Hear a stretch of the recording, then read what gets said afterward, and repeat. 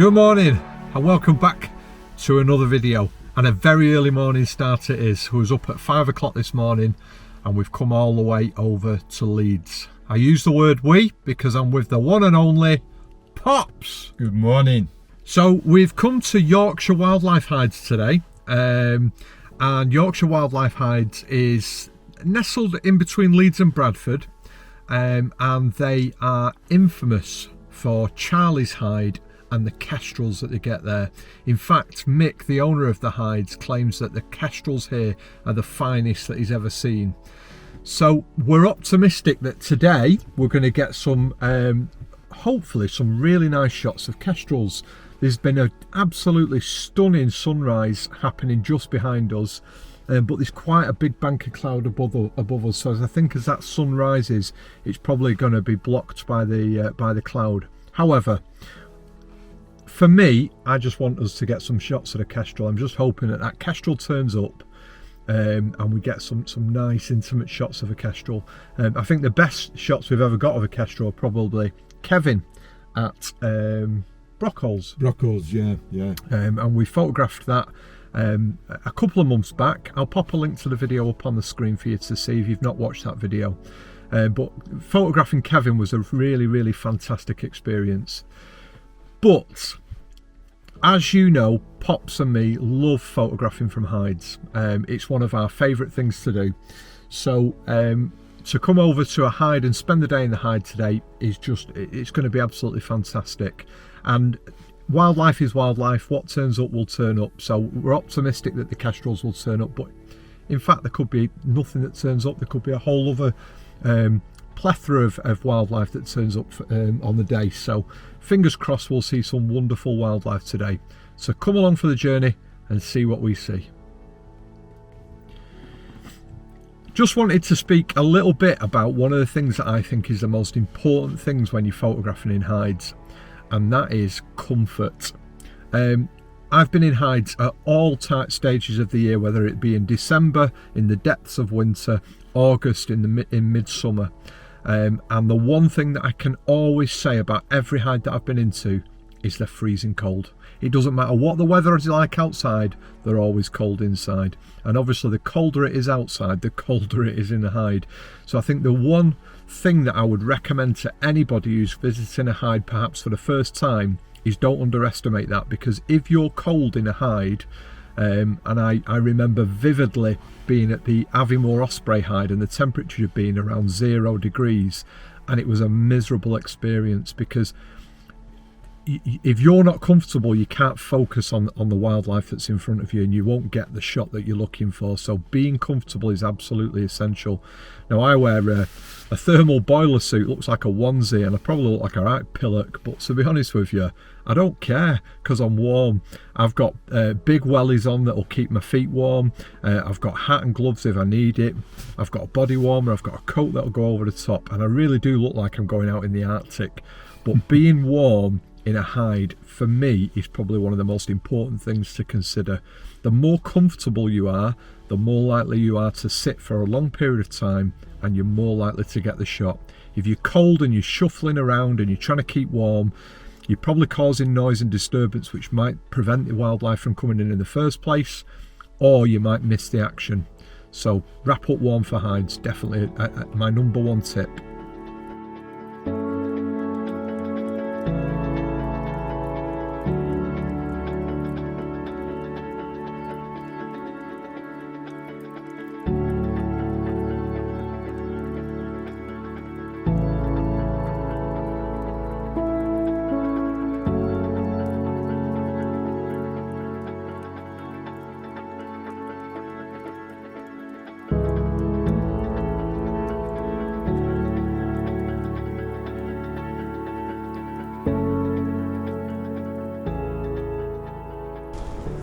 So Pops and me have just been talking about this setup here. What are you thinking, Pops? I'm thinking it's absolutely superb. I mean, one of the things that I really like about this, and it's different than most of the other setups I've seen, is there's no canopy over the top. Yeah. So you got superb light. Yeah. Which is brilliant. Absolutely brilliant. I can't tell you how excited I am. Yeah, and what I love about this, and you'll have seen it on the panning shot as I've just gone round, that the variety of perches is just incredible. There really is a little bit of something for everyone here, and there's different ranges suited for different lenses. Now Pops and me are both shooting at 400mm, so we'll be able to get the shots of the birds up close, and then some of the further perches will make some nice animal in its environment shots. And it's been really well thought out. So if you think about the background behind it, at the moment, I mean, we're very, very lucky because the trees are just turning in them autumnal colours, and they're going to look spectacular. Yeah. So yeah, first impressions are absolutely incredible. Really looking forward to this. Yeah. So Mick's just showing us where we can put out the mice, and the kestrels turned up on the fence. I mean, we say that you can't guarantee wildlife, but wow. Absolutely wow. Okay, Mick's away. Everything's set up, and it's now just a case of waiting for the birds to come. And as I say, as Mick was putting out the mice ready, the kestrel was on the post in the background, and the light this morning is already exquisite.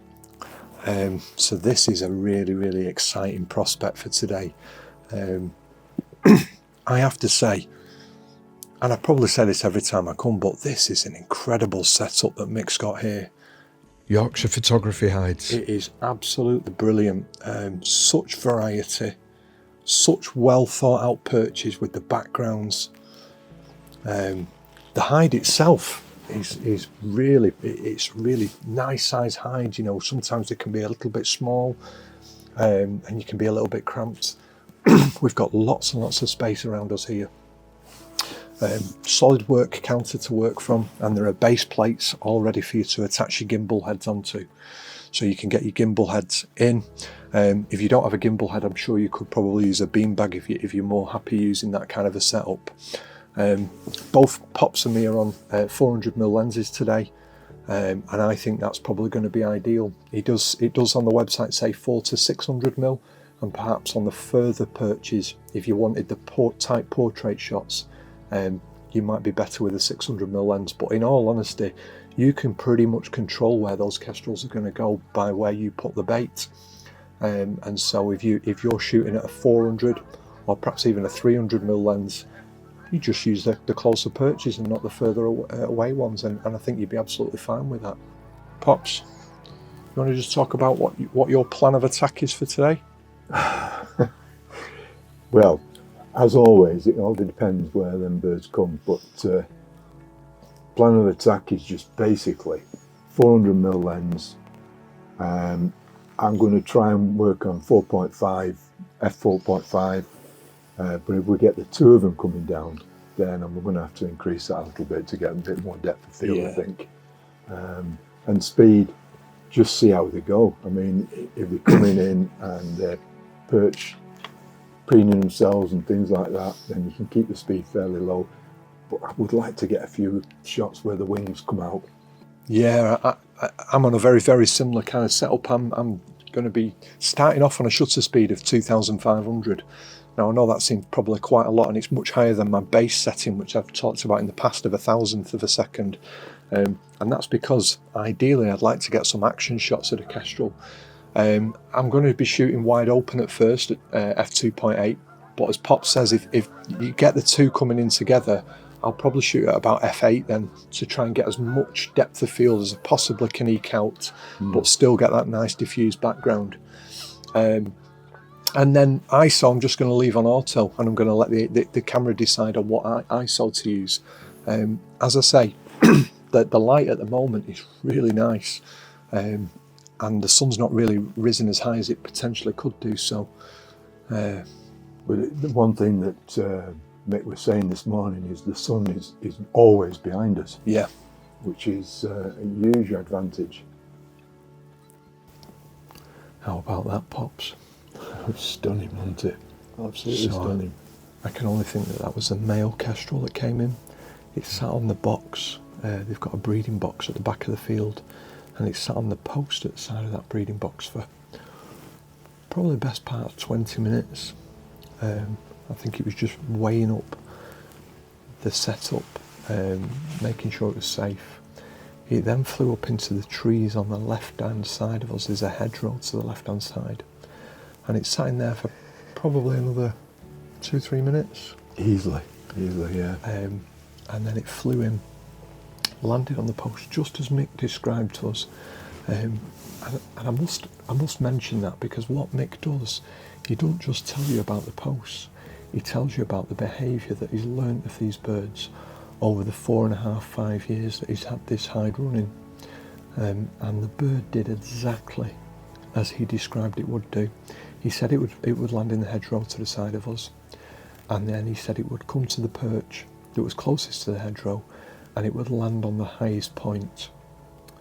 Now, I'd pre-focused on that post because I wanted to try and get a shot of it coming into the post.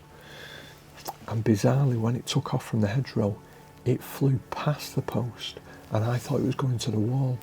So I switched my focus into the wall, and then it kind of circled back and went back on the post. So I missed the point where it landed on the post. I don't know whether you got that. I did exactly the same as you. Yeah. Exactly the same.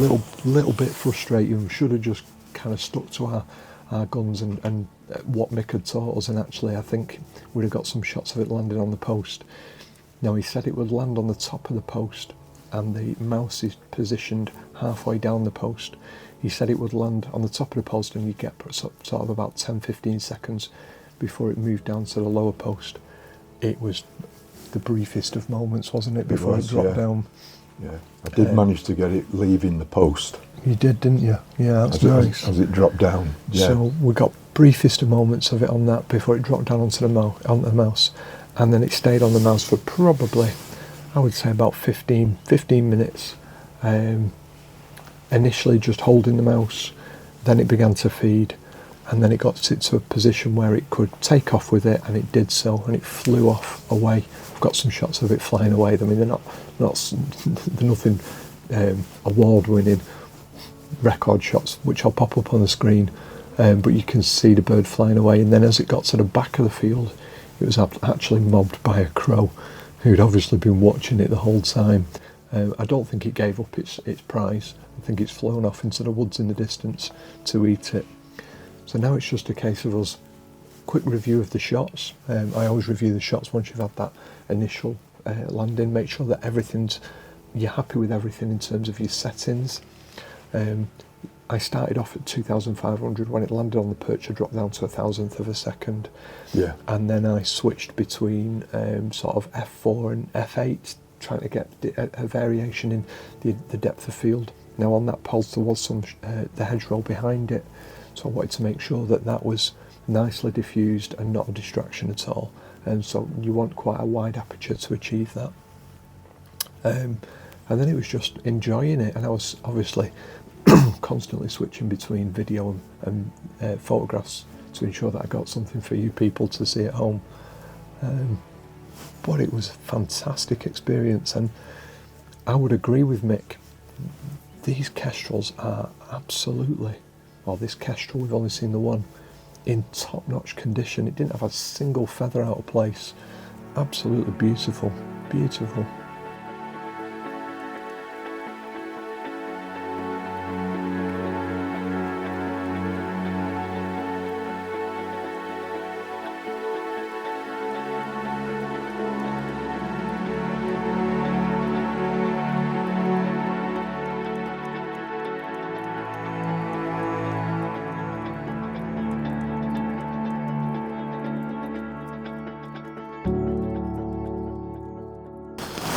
Just explain the change that you've made and why you've made it. Yeah, I put my 1.4 converter on. When the kestrel came down on that branch, it was just a little bit too far away. It was nice in DX mode, but I preferred to keep it in FX. So I put the converter on and just try it out, see what it looks like, see whether I can get the whole of the bird in. I think I can, looking at it. And obviously with a 1.4 converter on, you're shooting at 560, aren't you? 560mm. Yes, FX. 560mm, yeah. And It pushes my F number up to 6.3. Yeah.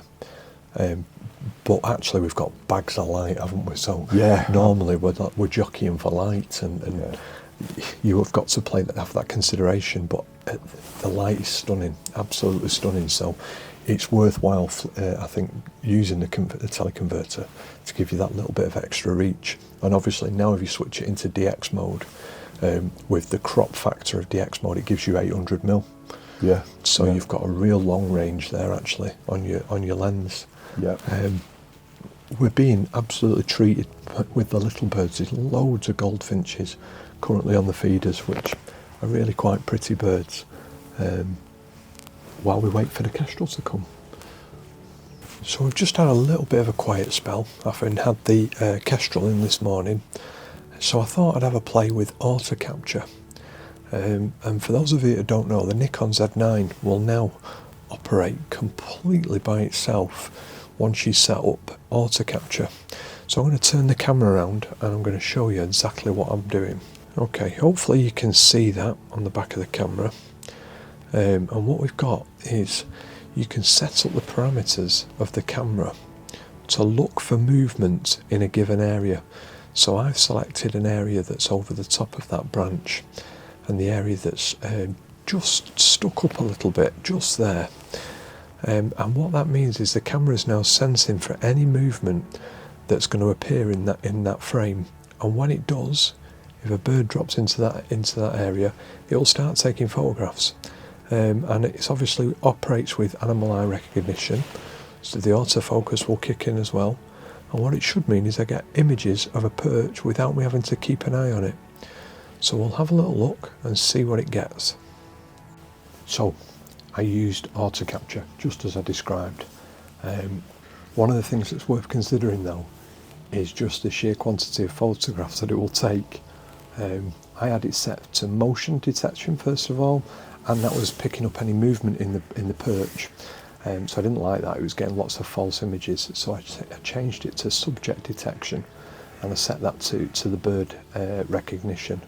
And I just had a goldfinch land on the perch, and it's just took 475 photographs. You can shut it, Pops. I mean, I got some nice images, which I'll pop up on the screen now for you to see. But I probably didn't need 475 of the buggers. So, auto capture, does it work? Yes. Does it need honing slightly? Yes, definitely. But the image that I was looking for was this final image that I'll pop on the screen now, and that's of it taking off from the perch. And the goldfinch had probably landed on the perch for, I don't know, maybe a minute, hence the reason the number of shots. And I'd have probably lost interest and missed the shot of it taking off. So that meant that I was able to capture that shot. I'd have probably now do exactly the same thing if I used Pro Capture, where it constantly records images prior to taking the shot. But at present, that only works with JPEG. And there's nothing wrong with shooting in JPEG, and lots of people do so. I shoot in JPEG whenever I'm doing any events, so if I'm doing music festivals or I'm doing sporting events, I'll shoot in JPEG just because of the sheer number of images. But for this kind of photography, I'm always shooting in RAW, and that's just because of the amount of editing that I can apply to an image in terms of changing white balance and all those kinds of things. So for me, RAW is the optimum format in which to capture the images. When I'm not that concerned about the level of editing that needs to be done and it's more speed, JPEG works for me. So auto capture, there you go. Some people have been asking, do I use it? Not very often. Will I use it again? Yeah, probably. It certainly captured some images that I wanted, but I definitely need to play with it more so I get a real good understanding of how it works. So we've just had the second visit from the male. The male, it was a real stealthy approach, this one. 1 minute there was nothing there at all, and then the next minute Pops was saying, it's here, it's here. Quietly, I might add, and I actually thought he was pranking me at the time. I thought he was. I jumped to my camera, and in the back of my mind I'm thinking he's getting me back for that time in the Cumbria Wildlife Hide, but he wasn't. And no, because I'm not as evil as you. and the male came in, this time on the perch to the right hand side, with a very long horizontal perch, and he stayed on that for quite some time. And then he adjusted with the mouse in his talons, and as he did so, his tail feathers splayed out and his wings were open. And we've got some shots that hopefully are a little bit more dynamic than the static shots that you might normally get. But yeah, it was really, really fantastic encounter. No sight of the female yet though. No, which is really what I'm hoping for, is to get the two of them together. That will be absolutely amazing. But this time, yeah. Say about your wall, Dad. Yeah, it just shows you how contrary wildlife can be. We was told this morning by Mick that the favourite perch is right in front of us. It's a stone wall, and that's where they always land. They haven't landed on it at all this morning or this afternoon up to now. No, they've been on perches on either side of it, but not the wall.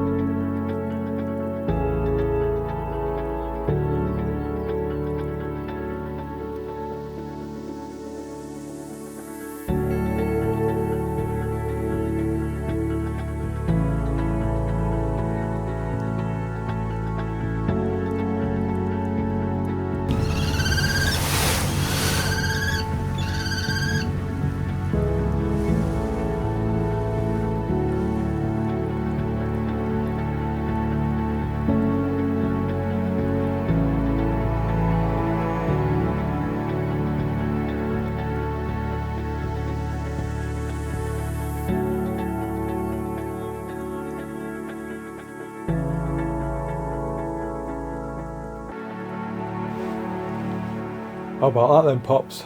Oh, that was the most amazing experience. I thought photographing Kevin at Brockholes was spectacular, but seeing Mr. and Mrs. together on the same post, wow, just wow. It really was something else. I think the male that we saw this morning was perhaps a juvenile. This male looks a little bit different, a darker head, and some darker markings on it. And he appeared first of all. Oh no, is it the female? No, the female appeared. Female appeared first of all, which was lovely to see because we'd not seen the female.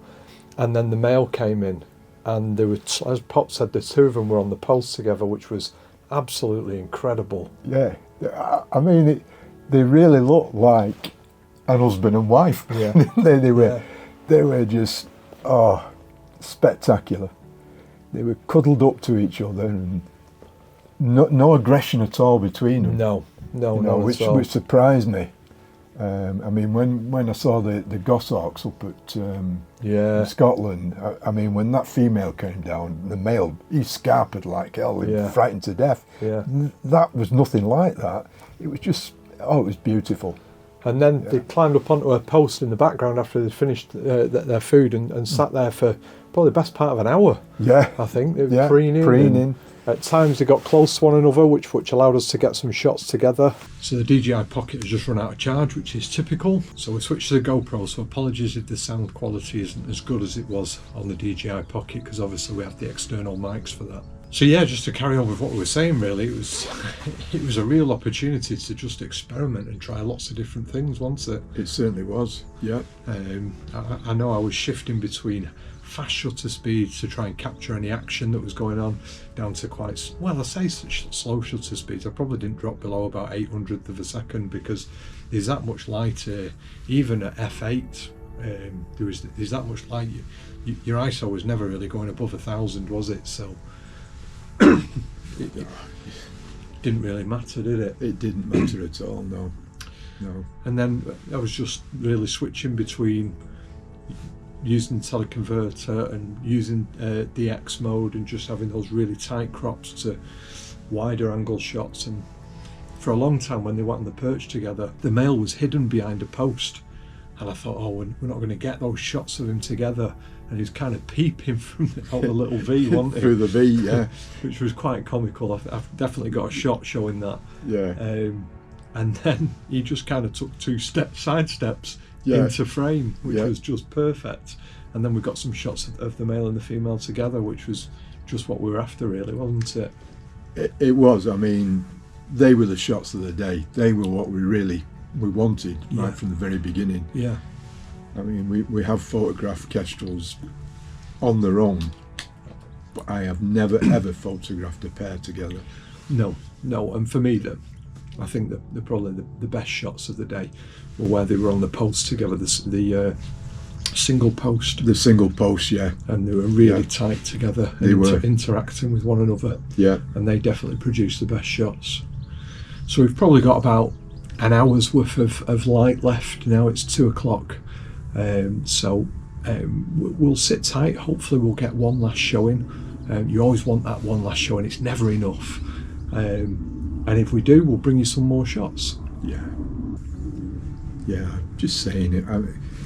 Now we've had an encounter like that, a wonderful encounter, you just feel all relaxed, and it just makes it worthwhile getting up so early in the morning and travelling all this way. It does. As soon as you get the shot you're looking for, you relax, don't you? And You do. I don't know. It allows you to enjoy the encounter that little bit more once you've got the shot you've been looking for. Yeah, just feel proper pleased. Yeah. What I will say is, hats off to Mick. He said that these kestrels were some of the best kestrels he's ever seen, and I 100% agree with him. Absolutely beautiful, stunning birds, in absolutely tip-top condition, aren't they? Oh, without a doubt. I'm speechless now. I'm just blown away with it all. I just think that was such a magical experience. And a whole while that was going on and the kestrels were on the perch in front of us, the woodpecker arrived on the perch at the side of us, and Pops was able to get some photographs of that. But the minute I began to turn my lens, the kestrels picked up on it, so I didn't want to risk losing the kestrels, so I've left that to Pops. So if you've got anything decent at the woodpecker, I'll pop it up on the screen now for you to see. I'm sure I am. He's modest. I stuck my finger in the woodpecker's hole. I better not sing any more of that.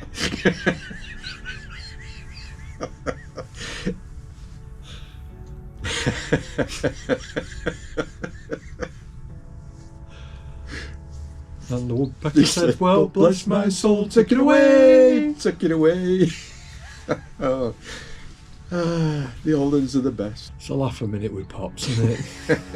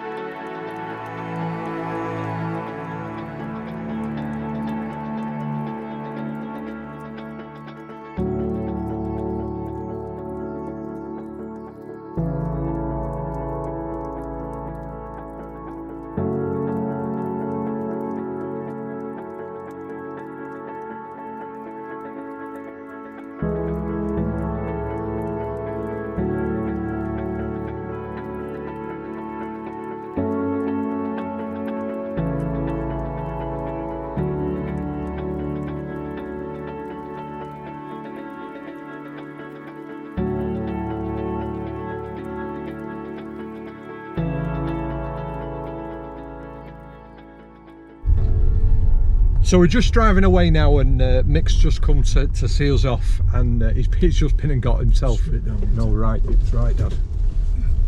Hey, Pops is taking us on a mystery tour. He's just been and brought some new perches, and I think that's one of the things that I've noticed is that the perches are changed regularly. So he's constantly chopping and changing the perches. You could come here, 4 or 5 times in a year and get a different experience every time, and it's certainly a place we'll be revisiting, won't it? Oh, without a doubt. Yeah, especially if we get some snow down, that'll be amazing. Yeah, Mick's just said he'll give us a shout if we get any snow, and it'd be great to come back and see it in the snow. I mean, so when we first spoke to Mick about coming here and doing a video, he made a very bold claim. He said that these are some of the best kestrels that you'll see. What's your thoughts on that, Pops? 100% correct. Absolutely beautiful they are. Yeah, absolutely 100% accurate, into they are some of the most beautiful birds I think I've ever seen. Without a doubt. I mean, like I said before, I thought Kevin at Brockles was beautiful, but these guys, beautiful, absolutely beautiful. Yeah, and really comfortable, you know. So sometimes when you're photographing raptors with a baited perch method, they come in and they're desperate to get the bait off and take it away. And we've seen that time and time again at many different hides that we've been to. Yeah. And what's different here is how laid back those kestrels were. They would come in, they would feed on the perch, and then they would remain. I mean, at one point they were stayed for around an hour, didn't they, the pair? They did. I was getting neck ache looking down at the camera. I think that just goes to show how well Mick runs it, in that these birds feel so relaxed and so at ease, so safe that they'll happily stay and preen on perches, which gives you just some tremendous shots that you'd never get the chance of getting, I believe, anywhere else. I'll pop a link to the website. I'll pop a link on the screen now. I'll pop a link in the description. There is also a link to the Facebook and to the Instagram pages, and I really encourage you to go and check those out. You'll get to see just the quality of images that's on offer here throughout the year. Mick's just been explaining to us that at different times of the year you get very different experiences, particularly when the young are around, and you know, when they're feeding the young, and when the bonding takes place in sort of, did he say that takes place in around January, or was it December? I can't remember now. I think it was December, and the male and female bond, and you know, form that bond that stays with them throughout the breeding season.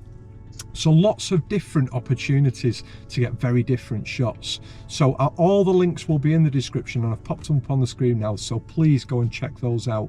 Mick operates 2 different price points, so up until the end of October, and I believe it's from about April time, but I'll double check that on the website.